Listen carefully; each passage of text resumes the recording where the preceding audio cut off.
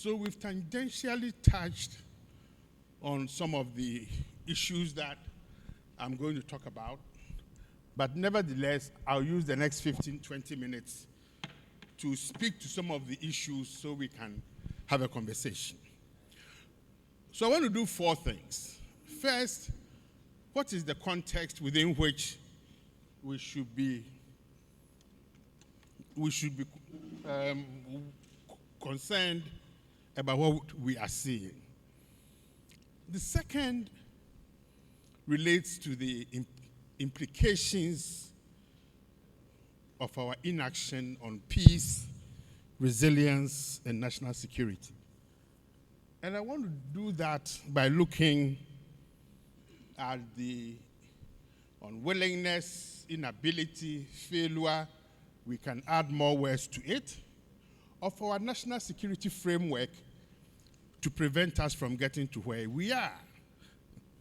Secondly, I want to talk a bit about the challenges that communities are facing and how to build resilience. And I think quite a lot of it has been said already. Then what do we mean by peace?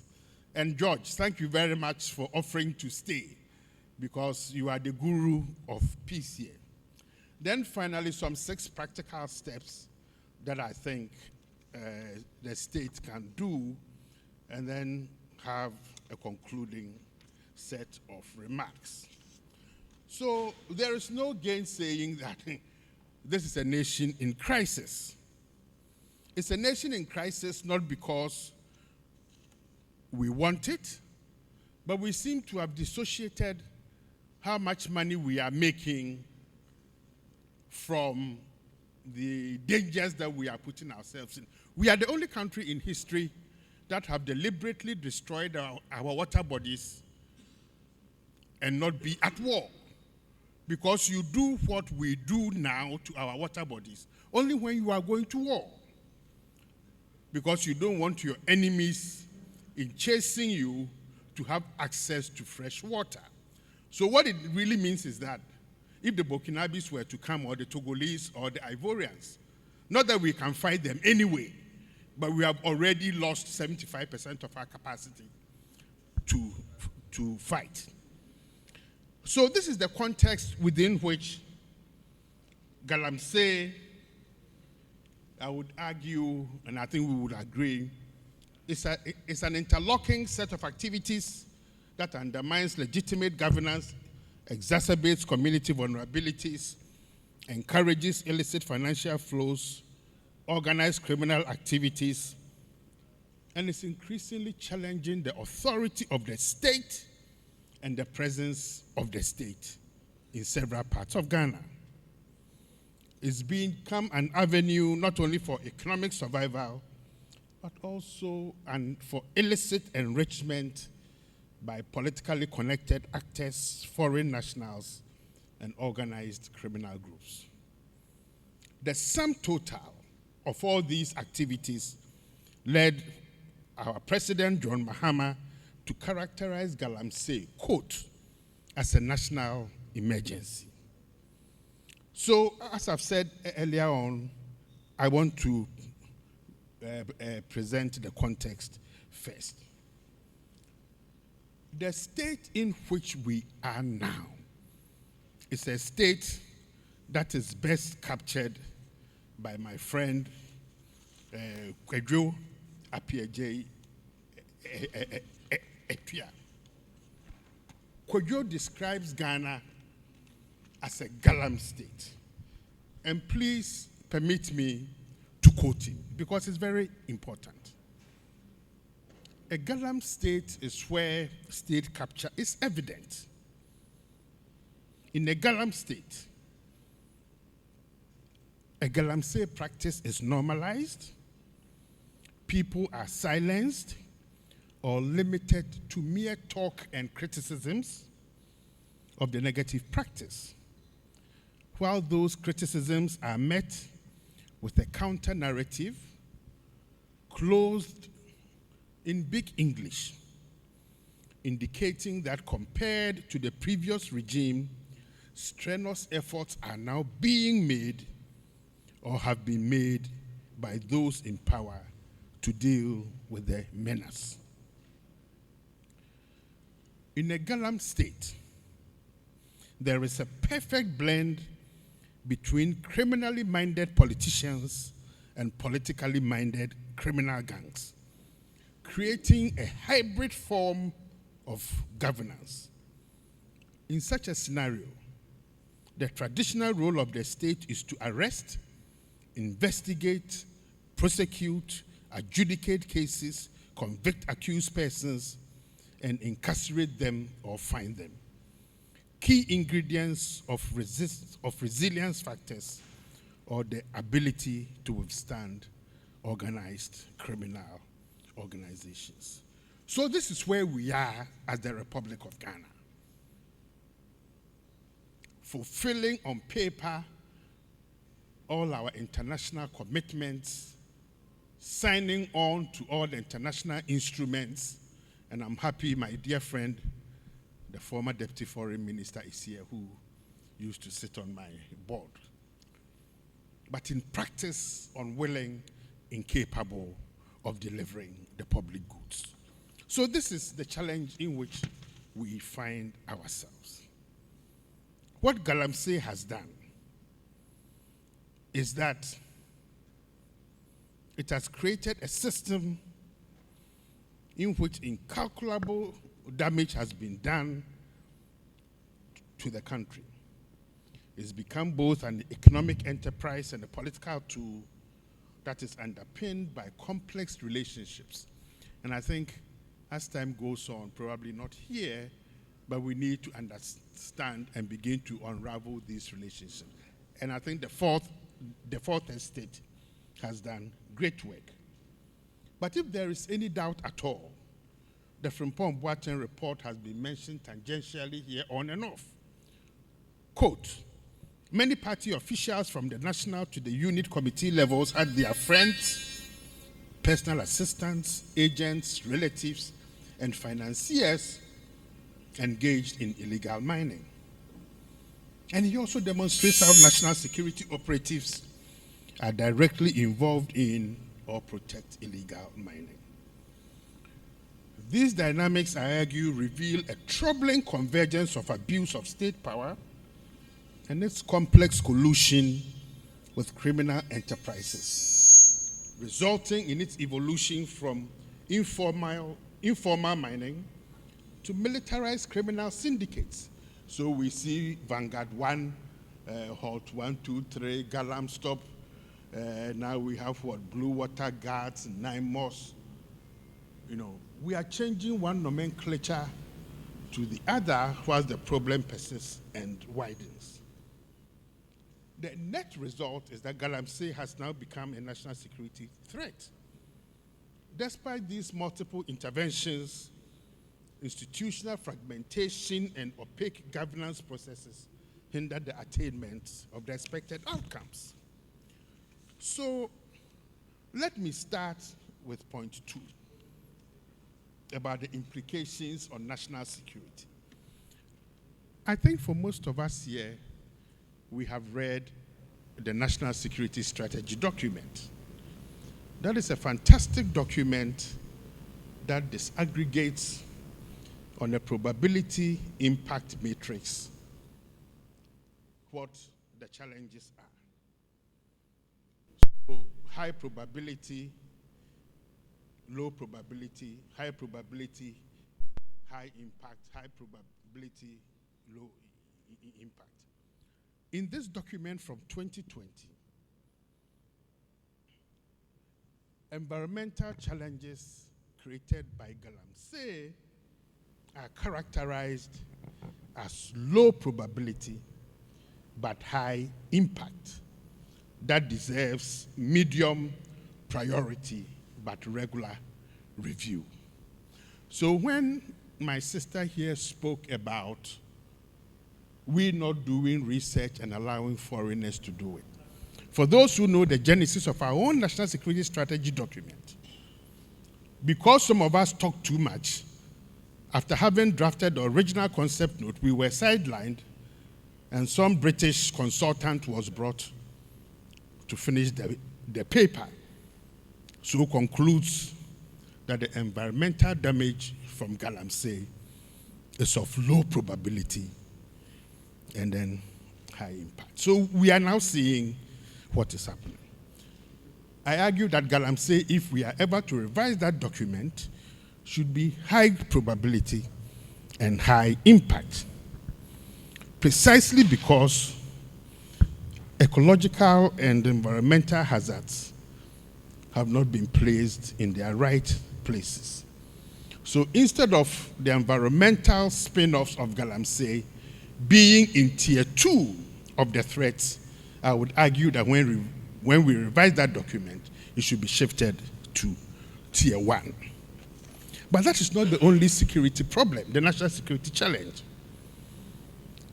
We brag in that document that the strategy will optimize the effectiveness of the security and intelligence sectors by prioritizing and promoting effective decision-making through an institutional system to ensure integrated and efficient coordination. Now, if we see all the pictures we have seen, then we have a problem. And it is not a problem that declaring a state of emergency will solve, because the same people who will be given extraordinary powers are the same people who have superintended over what we are seeing. But even more painful and disturbing is that Act 1030, the Security and Intelligence Services Act, that has a national security structure or a national security council, regional councils, metropolitan, municipal, regional, and district councils that have a specific aim, quote, to provide early warning to government of the existence or likelihood of any security threat to the region, to the country, or to the government. Now, we have almost about 200 and what? 60 districts or so? 61. So are they telling me that all the district security councils don't know what is happening? They cannot see? They haven't written their reports? Or they've written their reports, or somebody up in the chain has decided this is rubbish? So we have institutions that are increasingly not fit for purpose. And I'm angry because my taxpayers' money is being misapplied. No, let's ask ourselves, how can we have security councils empowered by the Constitution, empowered by Act 1030 of 2020, backed by a national security strategy document, in which we have a country in which forest reserves are destroyed, water bodies mined in, and we've allowed criminal enterprises to take our resources away. Compounding that is Act 1040. Act 1040 also of 2020, that is the Signals Act, has something very simple to do. Please collate all these threads, bring them together, and then send them to the National Security Council for action. So, where did the money go? How can the Signals Bureau, the regional security councils, account for our taxpayers' money? So what we see as Galamsey is a response by ordinary people who have been overlooked by the state, pushed into a corner, who are saying, never again, that we will fight back. So this is a struggle for the survival of the state itself. They won't stop mining. They will fight back because the money is there. So it's not just about national security. The challenges have trickled down into communities. Communities in which small arms are abundant. In 2005, there were 500,000 unregistered illegal guns in Ghana. In 2014, the report said 1.2 million. We are doing one again from November. We've interviewed 10,000 people. We can project what the figures are going to be. Okay, so within our communities, Galamsey has become a driver of violent conflict, particularly where land tenure systems are ambiguous or contested. We are seeing competition over mining sites, frequently leading to disputes among the youth, traditional leaders, and foreign actors, particularly the Chinese, the Lebanese, and the Albanians. But the Indragita is here, the Italian mafia, more violent, more potent, and more willing to use violence than we have seen before. So it raises concerns. Are those who are supposed to act afraid of where they have taken the monies from and who they've taken the monies from? Has our state been captured potentially by criminal networks in which we are just doing their bidding in ways that we don't know? So the tensions in communities often result in confrontations, protests, retaliatory attacks that has fractured social cohesion.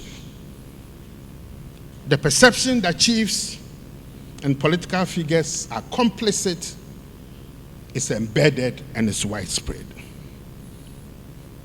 This is the context within which our notion of being a peaceful country has been shattered.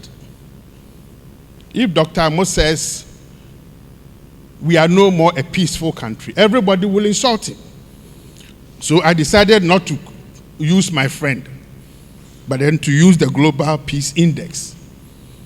Between 2024 and this year, we've moved from being the 55th most peaceful country to the 61st. We have dropped out of the top 5 most peaceful countries on this continent. Now, what does this imply?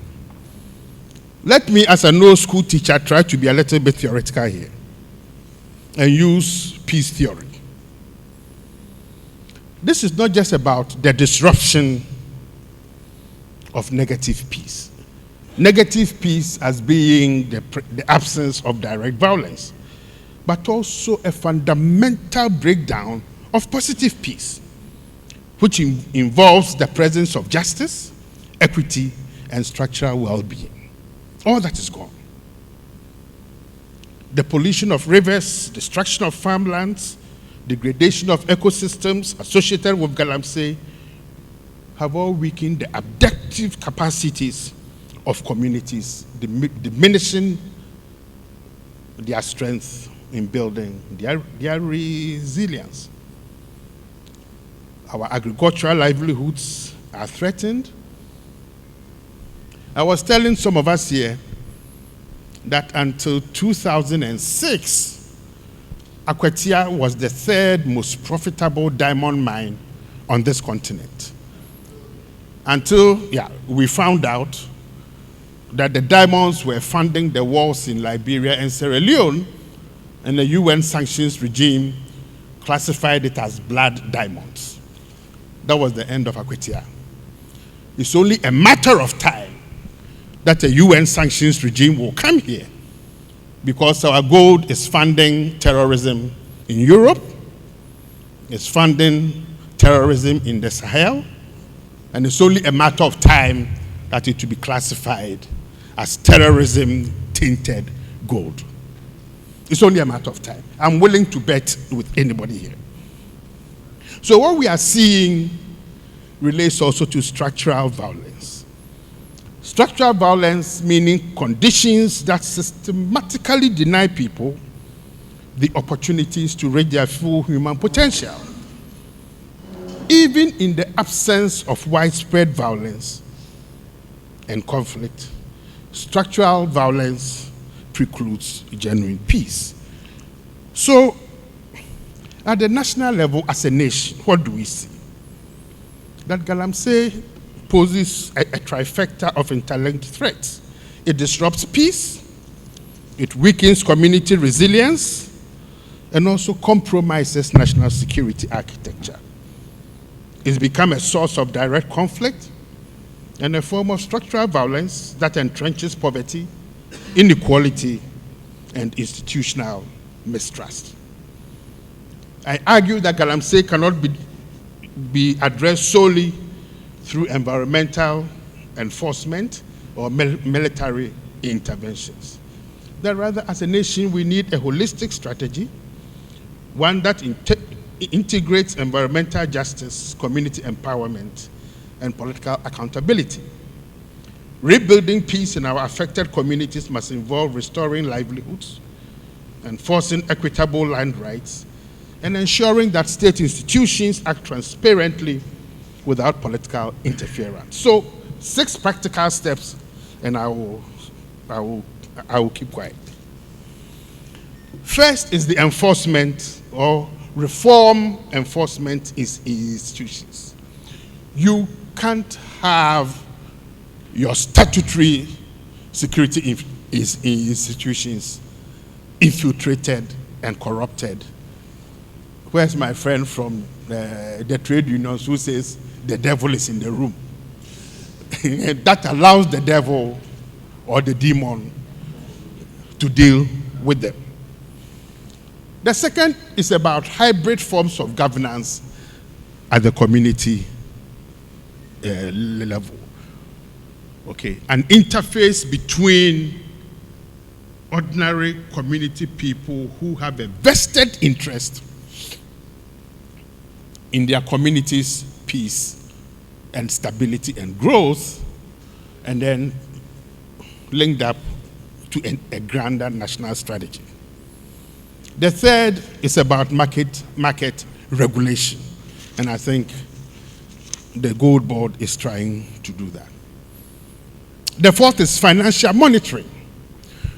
Where is the $8 billion coming from? We've got to be able to track that cash.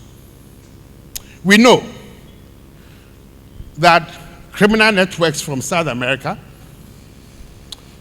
combining with the mafia, are beginning to use Ghana and La Côte d'Ivoire and Senegal as transit hubs to cleanse the dirty money.